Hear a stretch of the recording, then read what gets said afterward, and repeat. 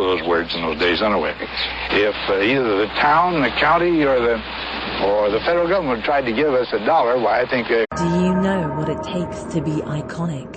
You are iconic. I am iconic. I love Iconic Agua. I drink Iconic Agua every day. Join the movement. Hydrate with Iconic Agua. Find Iconic Agua in all Kroger and Ralph stores across America. Because when you're thirsty, there's only one way to hydrate. And that's with the world's best tasting spring water on earth. Hydrate responsibly. Iconic Agua, where hydration meets greatness. This is where projects come to life. Our showrooms are designed to inspire with the latest products from top brands, curated in an inviting, hands-on environment, and a team of industry experts to support your project. We'll be there to make sure everything goes as planned, from product selection to delivery coordination. At Ferguson Bath, Kitchen and Lighting Gallery, your project is our priority. Discover great brands like Jen Air at your local Ferguson showroom. Everybody in the town would have been outraged. This was terrible. Times had changed, but we were still just in the last edges, you might say, of that era where people were expected to work to take care of themselves, that's all. And the second prime influence? Well, I think my parents were successful in instilling, you might say, decent ambition in all their boys. My mother and father both were saying, well, if you want to go to college, go. There's nothing stopping you. And they refused to even hint that the lack of money could keep you from going to college if you really wanted to. It was, my mother had a number of sayings about sink or swim or survive or perish, things of that kind. And she said just how strongly is your desire to do these things. And I think, therefore, they were constantly trying to show us that you got anywhere by your own efforts and by how well you could do your work, whatever you chose. Always energetic, Ike tackled everything he did with enthusiasm and dedication. Success in life was his goal, but he didn't seem ambitious for the pinnacle of success he eventually attained. Ken Davis. I think he was going to play for as far as he could get, but I really think it's true, as he used to always say. He said it to me, and he did to everybody, that if he made colonel, that was his ambition, to make colonel. Permanent rank, colonel. Even as Supreme Allied Commander in Europe, Eisenhower failed to see, or perhaps ignored, his place in history. His public relations officer at that time, Thor Smith, recalls. I think we had more of a sense of what place he was going to have in history than he had himself.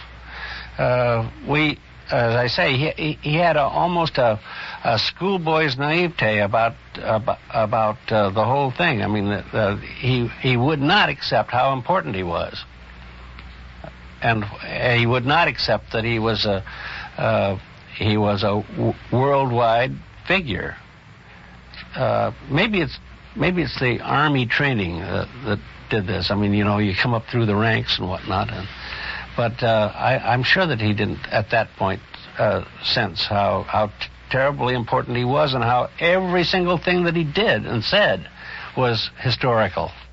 Outwardly, Ike appeared a simple man, but like most men, he had his quirks of character, his paradoxes, his complexities and weaknesses. Despite his resoluteness, at times he seemed indecisive. And during his presidency, his critics and occasionally his supporters accused him of inconsistency and vacillation. He was gregarious, but sometimes bashful. He was relaxed and easygoing, but now and then displayed a temper that became legend. Few people saw it, but those who did say it was awesome. And Ike himself tried very hard to control it. As a matter of fact, I learned to control it from my mother, and a little talk she gave to me, I guess when I wasn't over 10, and I didn't, of course, appreciate it until I was probably 35 or 40. It was on a Halloween evening. My two older brothers had gotten permission to go up and join a little group, and I wanted to go along. And my folks decided I was too young and I couldn't do it. So of course, I bellowed and did everything I could to get them to change their mind, but finally, off went my two brothers. Now, this is about the last thing I remember of that incident until my dad had me by the collar, and I was really getting a tanning, and I don't mean maybe. And what he had done, he found me, there's an old apple tree, a stump of an apple tree, and for some reason, I guess I thought the apple tree was to blame, and I was there crying as hard as I could and beating the apple tree with my fists, and they were all bleeding and messy. Well, of course, after he got through with his punishment, he says, young man, to bed. So to bed I went. Well, now about a half hour later, my mother came in the room, and she began to talk to me, and she used some Bible verses, and then she talked a while, and trying to show me how when you really get so angry at someone that you couldn't help yourself, that you were not hurting them at all. They didn't even know it. How could they know it? So you're hurting yourself. Well, then in the meantime, she began to wash my hands and get a little salve on them and wrap them up. And I think that was one of the most important moments of my life. Because since then, I want to tell you this. I've gotten angry many times, but I certainly have tried to keep from showing it. Often tolerant and tireless in his efforts to persuade and conciliate, Ike could be very short-tempered when brought problems or decisions he expected others to settle for themselves. Always searching for the simple and straightforward, he loathed needless detail and what he considered trivial and unnecessary matters. The great respecter of truth, he would scrupulously weed from his speeches those words and phrases that sounded in the least bit contrived, those promises that were made for effect only. And like most people, Ike sometimes got up on the wrong side of the bed. On such occasions, so the story goes, the White House staff would be alerted by his attire. A brown suit signaling foul weather, a blue suit fair. Blue suits were more prevalent than brown. Eisenhower Secretary of Health, Education, and Welfare, Arthur Fleming, comments on the Eisenhower temper. Things have been written about that, and I've heard people discuss it, but I never had any experience with it, and I never observed it. There was a saying around the White House that after you had pursued a point to the place where the color began to move up in the back of his neck, you probably should assume that he had made a decision. I don't know how accurate that observation was. Eisenhower was not a member of any particular church until he became president. Then he joined the Presbyterian Church. Nonetheless, he was a religious man. Many of his speeches made reference to the spiritual values and needs of America, of her sacred foundations and her moral influence in the world. He was the first president to begin his inaugural address with a prayer. And throughout his administration, the weekly cabinet meetings also began with a prayer. Arthur Fleming. I've always felt that one thing that has to be kept in mind is that his spiritual roots ran very deep. And you would see reflections of that in the way in which he approached particular kinds of issues. Soon after his major surgery, or soon after the recovery period, he attended one night a meeting of business leaders from all over the country that had been brought together to listen to a briefing from General Grunther, who was then in charge at NATO. And after General Grunther talked, there was a question and answer period, and down near the end of the question and answer period, one member of the group said to General Grunther, when you think of position taken by the Indian government today, and I forget what the issue was, don't you feel a little bit frustrated when you consider all of the money that we've put into India? In other words, the position taken by the Indian government had been in opposition to some position that we had taken. Well, General Grunther responded to the question very well, as he always does. But then the chairman turned to the president and said, is there anything you'd like to say? And he said, well, when I left the White House, I promised Mrs. Eisenhower that I wouldn't get involved in any discussion. But he said, I would like to comment on that last question. He said, that last question rests back on two assumptions. The first assumption is that a neutral nation is a liability in a world like ours. And then he proceeded to explain why a neutral nation was not necessarily a liability, and some of the burdens that we would take on if a nation like India were a part of one of our military or political alliances.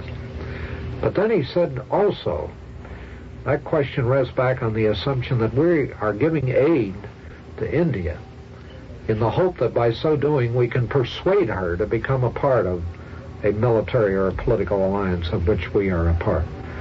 And he said, I don't believe that the American people are making resources available for that reason. He said, I think that the American people are making these resources available because they feel that they have a obligation, a spiritual obligation, to share their resources with other peoples in order to help them achieve their highest potential. And he said it is possible that countries like India and other countries will begin to realize that this is why we're doing it.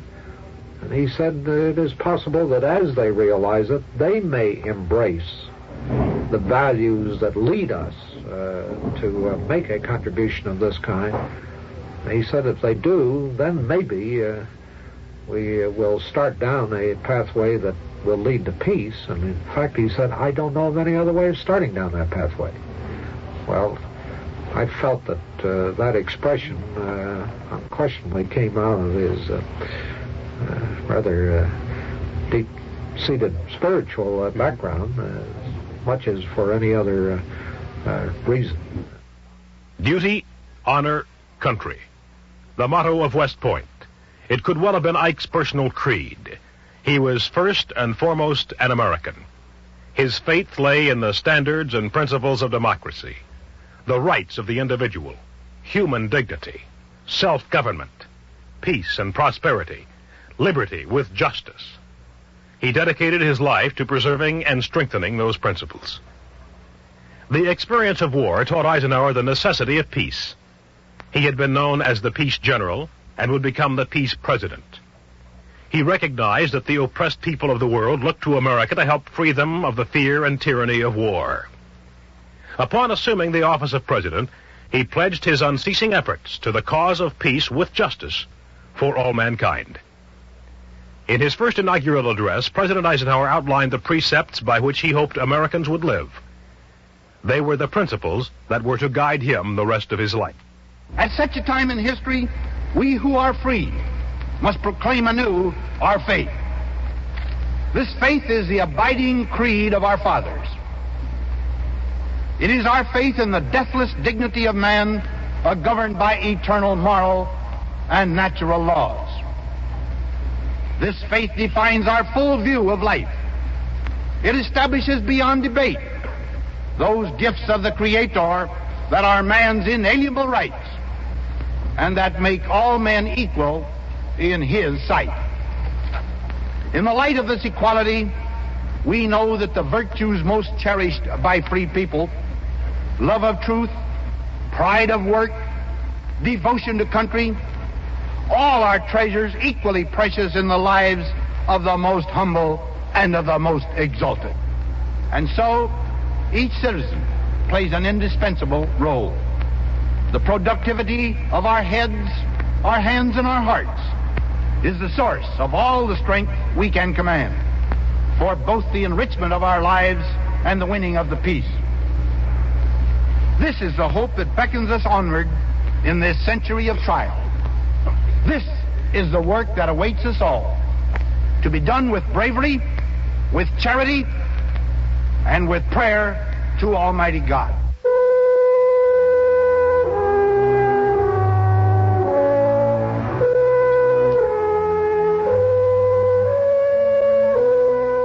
The Eisenhower Years is produced by Extension Radio Television at Kansas State University under a grant from the Corporation for Public Broadcasting. The producer-narrator is Ralph Titus. Research